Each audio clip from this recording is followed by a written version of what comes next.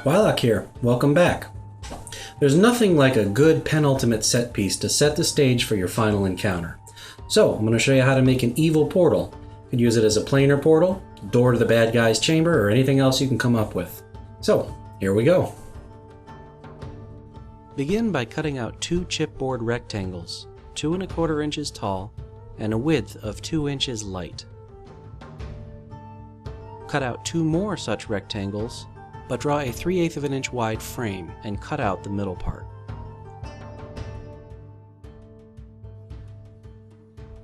Last, from double corrugated cardboard, cut out a piece at 1 3/4 of an inch tall and a width of 2 inches light.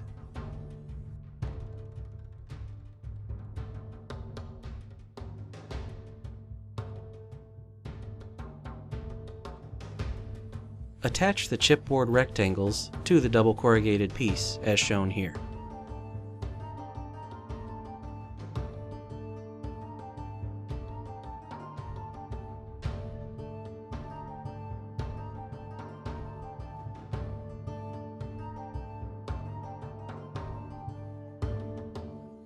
Attach the door frames to the rectangles.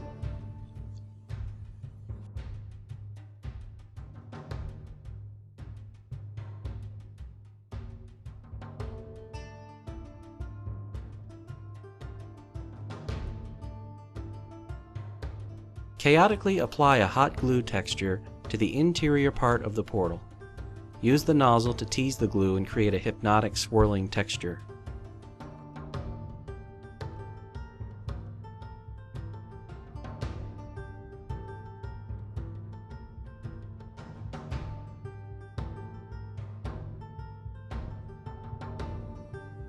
Use a standard hole punch and make 2 holes in some chipboard.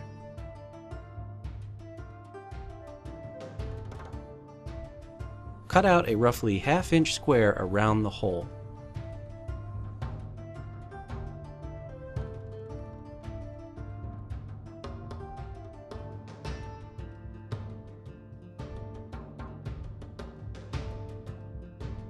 Glue these to the top center of each door frame.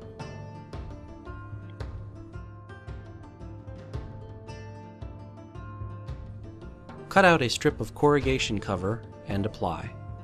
Remember to leave a 1/2 inch open along the sides.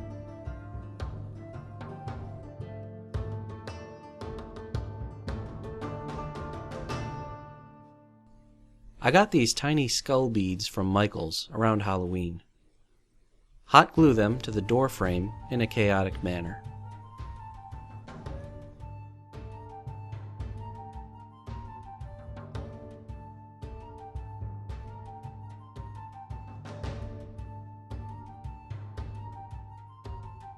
Base completely in black.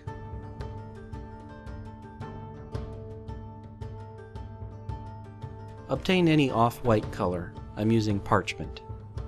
Dry brush onto the skulls to bring out the detail.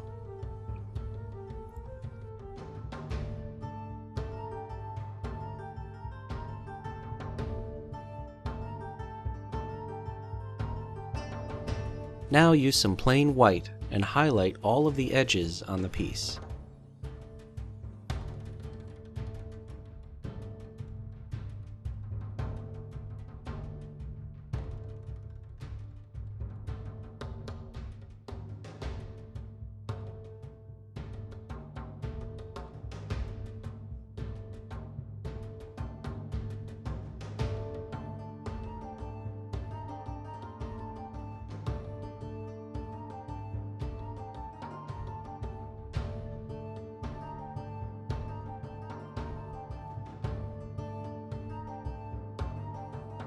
Here I use metallic gold and work it into the swirling hot glue texture, aiming for about 50% coverage.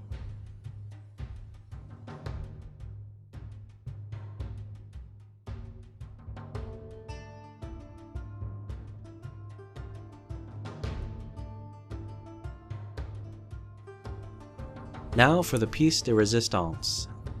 These are Swarovski crystals, 8mm diameter, Rivoli design. They are not cheap, but in my opinion are worth it when you see the final product. This terrible camera doesn't even remotely do it justice. They really sparkle like colored diamonds in person. Anyway, hot glue these into the nacelles at the top of the door. Or mount any other interesting feature that you prefer. We punched the hole because the Rivoli gems do not have a flat backing, so they needed some depth in which to be mounted.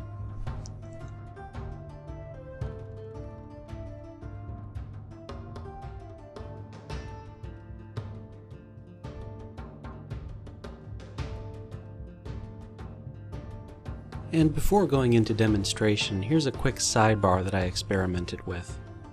Skip the swirling hot glue texture and instead draw an arcane rune.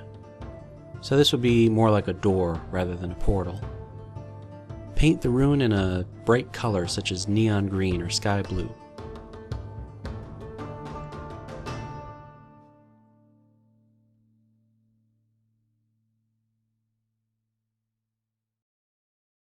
Alright, here's a little corridor we've set up using the tiles from the first few videos in the series.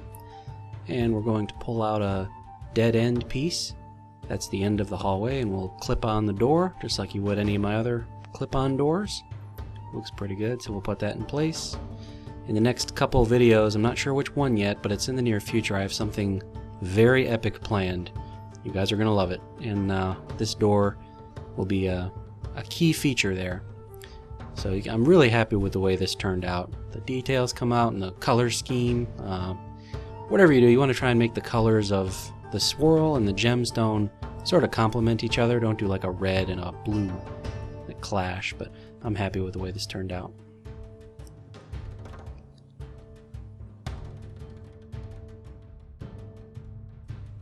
But what if you don't want to do it in a hallway? So what if it's a portal and it's in the middle of a room? So here you can see there I place a single wall tile, which you'd normally place at the edge of a room. I just put it in the center, and that's just going to be a mounting point for the door, and we pop it on. And some of the wall does protrude there, so this is not perfect, but believe it or not, I am going to say this, I just don't worry about it. That's right, I don't worry about it. So I'm pretty happy with the way this turned out.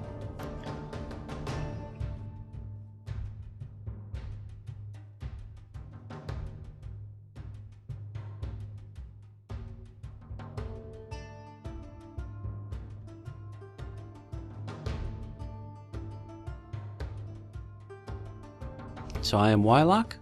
Thank you for joining me, and we'll see you next time.